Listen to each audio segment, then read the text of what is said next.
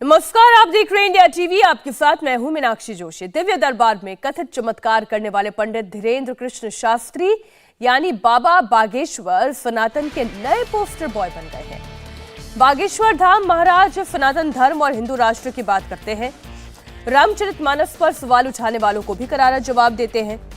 पंडित धीरेन्द्र शास्त्री ने एक बार फिर हिंदू राष्ट्र की मांग को दोहराया। धीरेन्द्र शास्त्री ने यह भी कहा कि अगर गज़वाए हिंद सही हो सकता है तो फिर भगवाए हिंद गलत कैसे है। धीरेन्द्र शास्त्री ने रामचरितमानस को राष्ट्रीय ग्रंथ घोषित करने की मांग की।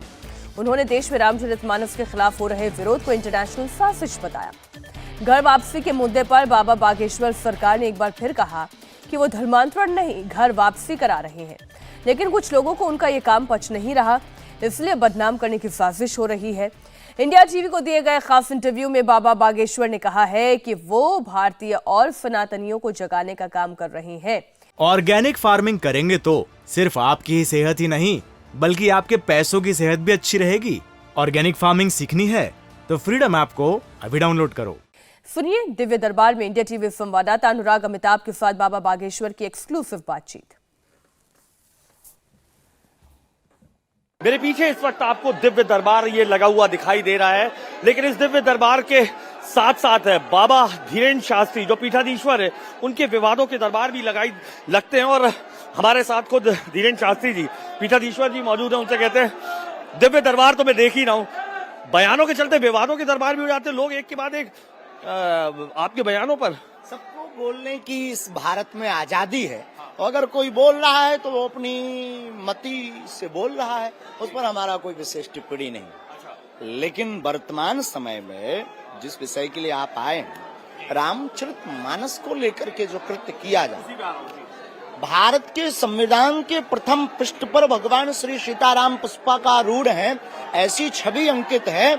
उस देश के संविधान को मानने वाले लोग अगर भगवान राम की जीवन गाथा के प्रति उंगली उठाएं या टिप्पणी करें, घोर निंदनीय। और प्रत्येक सनातनीय हिंदुओं को इसलिए हम चिल्ला चिल्ला करके कहते हैं, अब भारतीय जागो, सनातनियों अब जागो, अब जागने का समय है, भागने का नहीं।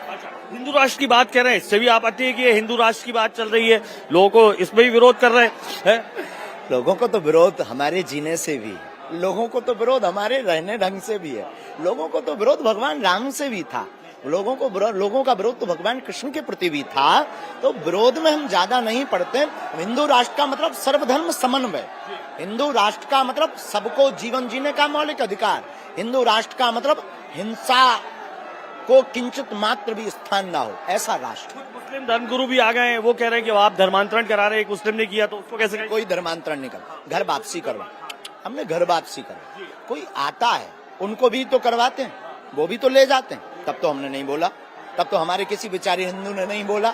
हमने तो सिर्फ घर वापसी का इन्विटेशन दिया है। और प्रत्येक भारत का नागरिक नहीं, पूरी दुनिया का प्रत्येक व्यक्ति सनातनी है, क्योंकि सबके बाप दादा राम है, सबके पूर्वज राम है। सनातन के पहले कोई धर्म था ही नहीं, सनातन ही सर्वोपर। अब कोई अपने बाप को बाप ना कहे तो इसमें हमारी क्या गलती है? आप अपने पिताजी को पिताजी ना कहो तो हमारी गलती है कि आपकी गलती है? तो धीरेन्द्र शास्त्री के साथ देख रहे हैं हम, तो यूपी के सीएम योगी आदित्यनाथ भी आगे, वो भी कह रहे हैं कि सनातन धर्म है हिंदू, तो इसको कैसे देखोगे? अंदर सनातन का खून है, वो सनातन हिंदू राष्ट्र के साथ है।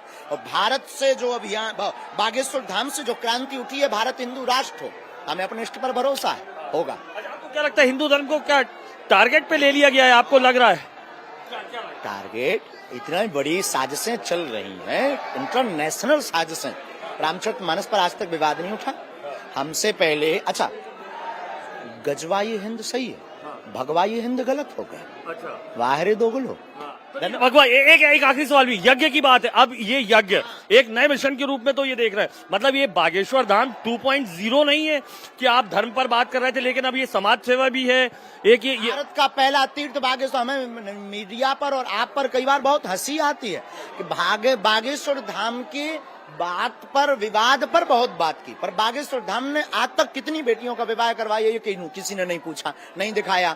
लाखों लोगों को निःशुल्क भंडारा मिला, इस पर बात क्यों? सर्वधर्म समन्वय की बात हुई, इस पर बात क्यों नहीं हुई? यहाँ पर न कोई जाति है न बिरादरी है, इस पर बात क्यों नहीं हुई? क्यों? क्योंकि बागेश्वर धाम पर 3 साल से निःशुल्क भंडारा चल रहा, हर साल गरीब बेटियों का विवाह हो रहा, आगे चल करके कैंसर हॉस्पिटल का निर्माण किया जाएगा। 13 फरवरी से 19 फरवरी तक बहुत बड़ा भव्य आयोजन है, 9 कुंडी यज्ञ है। श्रीमद जगत गुरु मलुक पीठ वाले महाराज जी की 5 दिवसीय कथा है। चित्र विचित्र जी, मनोज तिवारी जी की भजन संध्या है। और 18 फरवरी को स्पेशली 121 गरीब बेटियां जिनके माता पिता नहीं है, ऐसी बेटियों का विवाह है। बागेश्वर धाम एक ऐसा तीर्थ है जहां अध्यात्म के साथ समाज की संरचना पर विचार। कैंसर हॉस्पिटल के बारे में बताइए, ये परिकल्पना कैसे? कैंसर हमारा क्षेत्र बहुत पीछे है, बुंदेलखंड, शिक्षा से भी। और देखो, कैंसर हॉस्पिटल में कोई एक धर्म का व्यक्ति तो आएगा नहीं, अनेक पंथ के लोग आएंगे। बहुत जल्दी कैंसर हॉस्पिटल का निर्माण होगा। आखिरी सवाल है, शिवराज सिंह चौहान ने लाडली लक्ष्मी के जो उनका था, अब एक लाडली बहन योजना भी शुरू की है, बहनों को भी 1000 रुपए देंगे, इसको कैसे देखेंगे? बहुत अच्छा, धन्यवाद।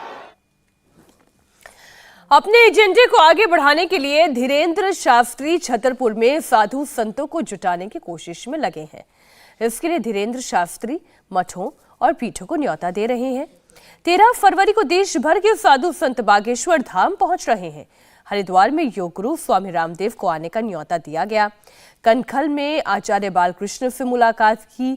हरिद्वार के दूसरे संतों और महात्माओं को न्योता देकर हिंदू राष्ट्र का आह्वान किया। इसके लिए 18 फरवरी को बागेश्वर धाम में सामूहिक कन्या विवाह समारोह होगा।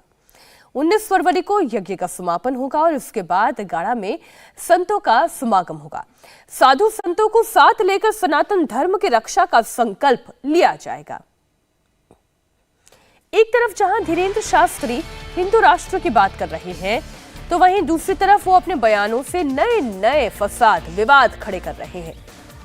बागेश्वर सरकार एक नए विवाद में फंस गए हैं। धीरेन्द्र शास्त्री का एक वीडियो वायरल हो रहा है जिसमें वो महाराष्ट्र के संत तुकाराम को लेकर विवादित टिप्पणी कर रहे हैं। वीडियो में बागेश्वर धाम के बाबा कह रहे हैं कि संत तुकाराम की पत्नी उनकी पिटाई करती थी। बागेश्वर सरकार का ये बयान अब उनके गले की फांस बन गया है।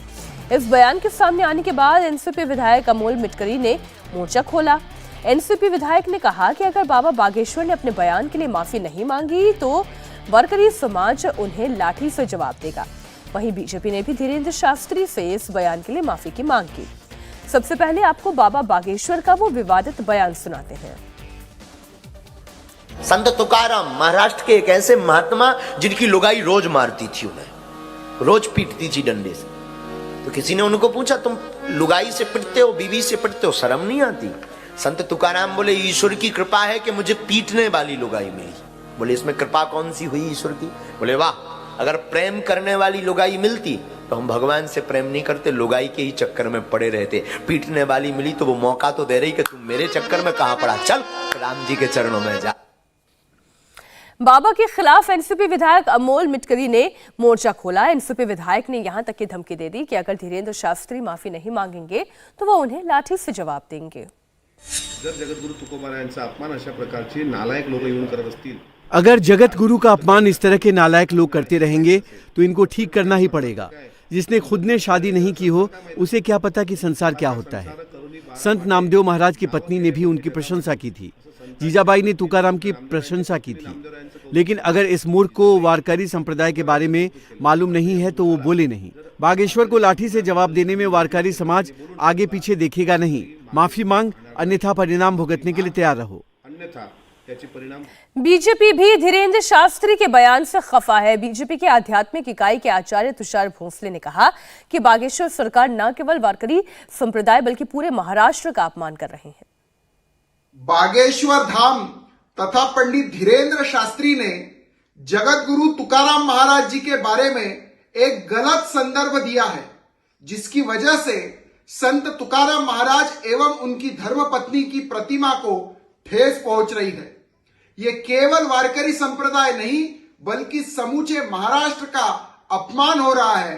हम मांग करते हैं कि पंडित धीरेन्द्र शास्त्री जगत गुरु तुकाराम महाराज जी की तुरंत माफी मांगे। ऑर्गेनिक फार्मिंग करेंगे तो सिर्फ आपकी ही सेहत ही नहीं बल्कि आपके पैसों की सेहत भी अच्छी रहेगी। ऑर्गेनिक फार्मिंग सीखनी है तो फ्रीडम ऐप को अभी डाउनलोड करो। जिन संत तुकाराम पर बयान देकर बाबा बागेश्वर फंस गए हैं वो कौन है, उनके बारे में भी जान लीजिए। संत तुकाराम वारकरी संप्रदाय के संत और कवि थे। भक्ति गीत और कीर्तन के जरिए लोगों में जागरूकता लाई थी।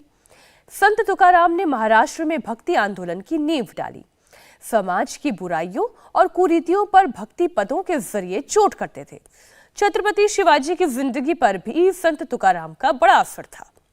संत तुकाराम के भक्ति पदों में 4000 से ज्यादा रचनाएं आज भी मौजूद हैं। तो संत तुकाराम पर उन्होंने जिस तरीके की टिप्पणी की, उसके बाद उनसे माफी की मांग की जा रही है और खासतौर पर एनसीपी और बीजेपी उनसे माफी की मांग कर रही है। संत को लेकर जो उन्होंने कहा वो निंदनीय है। उन्होंने कहा कि इस तरीके की बातें बर्दाश्त नहीं की जाएगी और इसलिए बाबा बागेश्वर को अपनी बातों के लिए क्षमा मांगनी चाहिए। इंडिया टीवी हर वक्त हर जगह डाउनलोड करने के लिए सर्च करें India TV news Google play store या ऐप स्टोर पर।